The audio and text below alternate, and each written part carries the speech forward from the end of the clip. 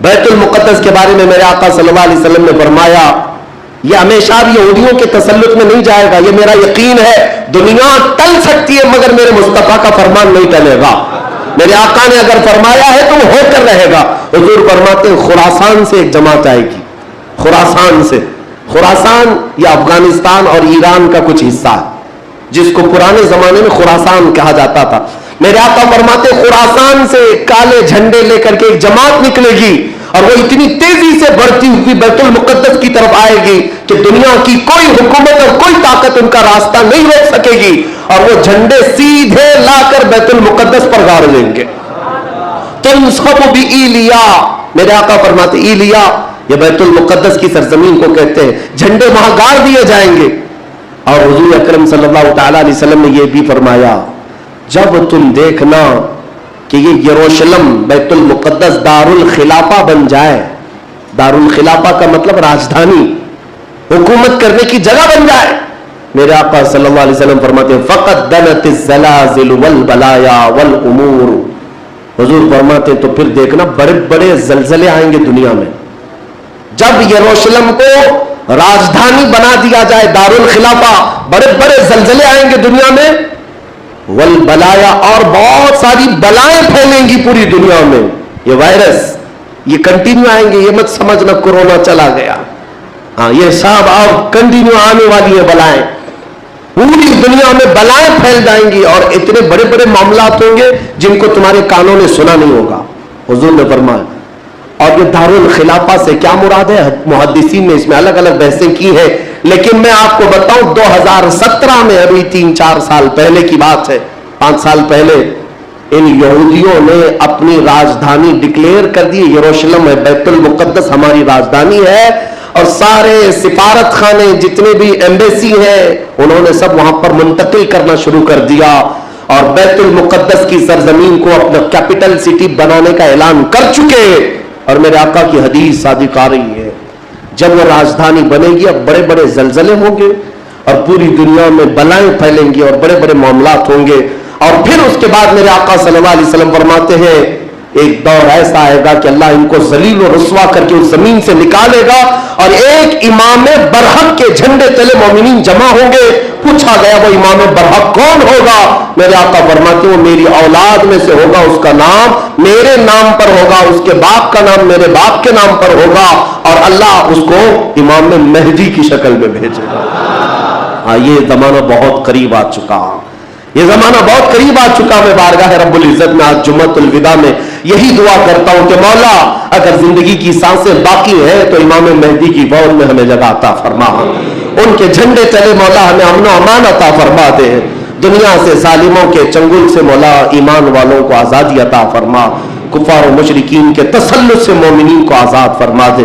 اے رب ذوالجلال احسن الخالقین، اس ماہ مبارک میں اگر تو ہمیں مولا ان راتوں میں ان دنوں میں عبادتوں کو قبول کیا اور بھیک میں کچھ دے تو مولا صرف اتنا دے دے کہ پوری امت کو مولا خیر و عافیت عطا کر دے، کھوئی ہوئی عزت و وقار عطا فرما دے، ہمارے ناحق قید کیے ہوئے بچوں کو مولا آزادی عطا فرما دے، بے قصور جیلوں میں بند ہمارے بچوں کو مولا آزادی عطا فرما دے۔ 1914 سے 1918 کے بیچ میں فرسٹ ورلڈ وار ہوئی، دنیا کی سب سے بڑی جنگ، پہلی جنگ عظیم، جس میں ترکیوں نے جرمنی کا ساتھ دیا اور ہار گئے برطانیہ انگلینڈ کے مقابل میں۔ تو ہارنے کی وجہ سے ہوا یہ کہ ترکی کی ساری خلافت ختم ہو گئی، خلافت عثمانیہ کے ٹکڑے ٹکڑے ہو گئے، 50 ملکوں پر ان کی اکیلی حکومت تھی، سب ٹکڑے ہو گئے، ترکی کو سب ختم کر دیا گیا، خلافت ختم کر دی گئی۔ یہ 1920 میں خلافت ختم کر دی گئی، اور پھر برطانیہ انگلینڈ کے تسلط میں، اس کے قبضے میں فلسطین بھی آیا۔ یہ وہ زمانہ تھا جب ہمارا انڈیا بھی انگلینڈ کے انڈر میں تھا، ہمارا بھارت بھی۔ برطانیہ ہر ملک فتح کرتے ہوئے اپنے اندر لیتے جا رہے تھے، یہ انگریزوں کی عادت تھی، تو فلسطین بھی ان کے اندر میں تھا۔ تو اب ان لوگوں نے یہودیوں کے لیے ایک عام اعلان کیا، ڈکلیریشن آف بالفور کہا جاتا ہے، ایک بالفور اعلامیہ، جس میں اعلان کیا گیا کہ دنیا بھر کے جو بھی یہودی ہیں وہ ہجرت کر کے یہاں آئے، انہیں گھر دیا جائے گا۔ 1921 से फिर फिलिस्तीन में एक छोटी सी बस्ती में इनको बसाया गया। 4000 लोग पहले आए, 4000 लोग आए, फिर ये हिजरत का सिलसिला चलता रहा यहां तक कि 1947 में इनकी आबादी 36 लाख के करीब हो गई। 30-35 लाख से बढ़कर के आगे बढ़ गए।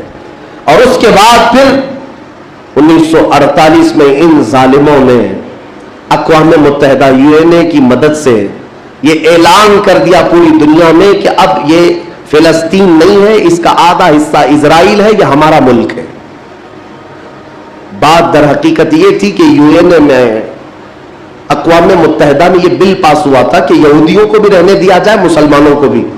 इस फिलिस्तीन के 2 टुकड़े किए जाएंगे, एक मुसलमान फिलिस्तीन बनाएंगे और एक यहूदी इजराइल बनाएंगे। आज भी ये अक़वाम मुत्तहिदा यूएनए का ये बिल आज भी मौजूद है। अक़वाम मुत्तहिदा से ये बिल पास हुआ, यहूदी तो मान गए लेकिन पूरे अरब के मुसलमान इसके खिलाफ थे कि अरबों के बीचों बीच एक यहूदी रियासत कैसे कायम हो सकती है, ये हमारा मुकद्दस मामला है, मुकद्दस सरजमीन से हमारा ताल्लुक है।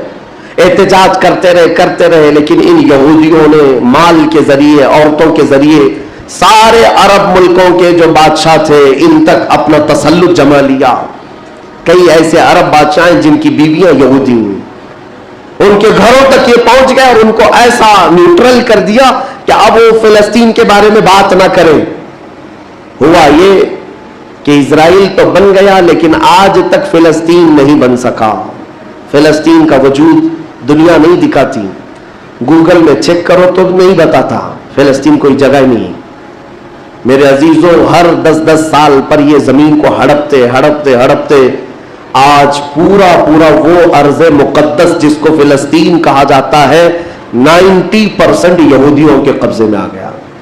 अक़वाम मुत्तहिदा से ये भी बिल पास हुआ था कि आधा कर लिया जाए, इजराइल एक रियासत, फिलिस्तीन एक रियासत, लेकिन बैतुल मुक़द्दस जो है, मस्जिद अक्सा, वो दोनों के अंदर में नहीं रहेगी, ये अक़वाम मुत्तहिदा के अंदर में, ये खुद मुख्तार रहे।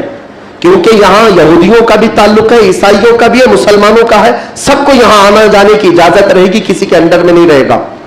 ये पास हुआ था। लेकिन आज हालात ये है कि इस बैतुल मुक़द्दस की दीवारों पर, दरवाजों पर ये वहशी जालिम इजराइली बंदूक ताने आज भी खड़े हुए। ये जिसे अंदर जाने दे वो जाएगा।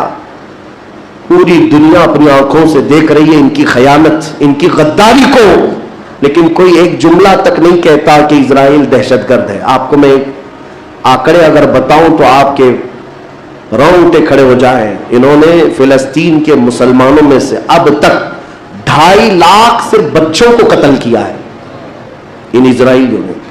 आज भी ये डेटा मौजूद है, इंटरनेट पे मौजूद है, बड़ी बड़ी वेबसाइट्स है, उन्होंने शो किया।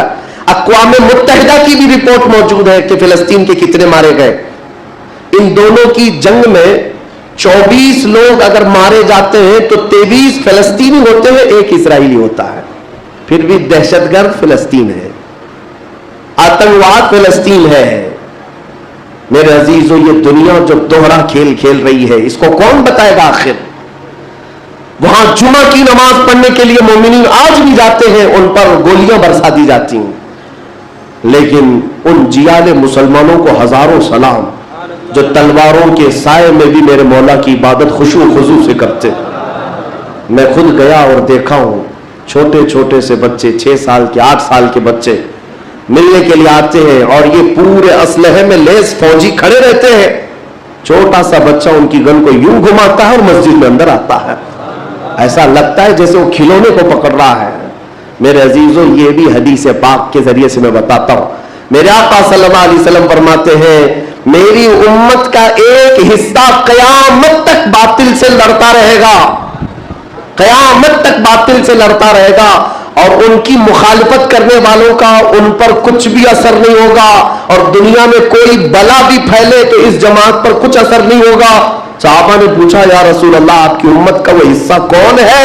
मेरे आका फरमाते, बैतुल मुक़द्दस के आसपास रहने वाले मोमिनीन की जमात है। उनकी फजीलत में मेरे आका ने फरमाया क़यामत तक लड़ते रहेंगे, क़यामत तक, और उनकी खिलाफ करने वालों का उन पर कुछ भी असर नहीं होगा। और हम देख रहे हैं, अरे बड़ी बड़ी इमारतें एक बम से गिरा दिया, दूसरे दिन उनके आसपास इनकी गाड़ियां भी चल रही हैं, दुकानें भी चल रही हैं, बाजार भी चल रहा है। कल रात को फायरिंग हुई, 50 लोग बैतुल मुकद्दस से उठा करके लाशें ले गए। दूसरे दिन जा करके देखे तो असर के बाद औरतें अपने बच्चों के साथ रोटियां सैंडविच खाती हुई बैठी हुई हैं। मतलब यह है कि न मौत का उनके अंदर खौफ है, न जालिमों के तसल्लुत का डर है।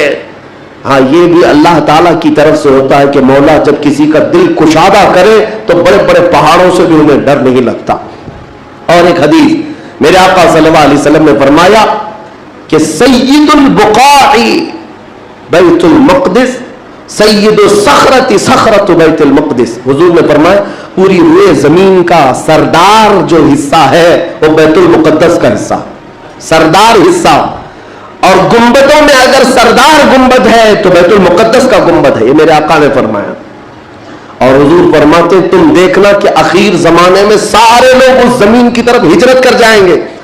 जब ऐसी हिजरत का वक्त आ जाए, हुजूर फरमाते फलज़महुम, तुम लाजिम पकड़ लेना, उस जमात के साथ चले जाना, क्योंकि खैर पूरी दुनिया में सिर्फ वही होगा और कहीं नहीं होगा। और आज जो हालात देख रहे ना, यहूदियों का तसल्लुत है, उनका कब्जा है, मेरे अजीजों चंद दिनों की बात है। मैं कुरान से और हदीस से, वक्त होता तो वो आज चूंकि ये जुम्मतुल विदा है और यौम कुद्स के नाम से पूरी दुनिया आज मना रही है, इसलिए मैंने तुम्हारे सामने ये बातें रखी हैं। बैतुल मुकद्दस क्या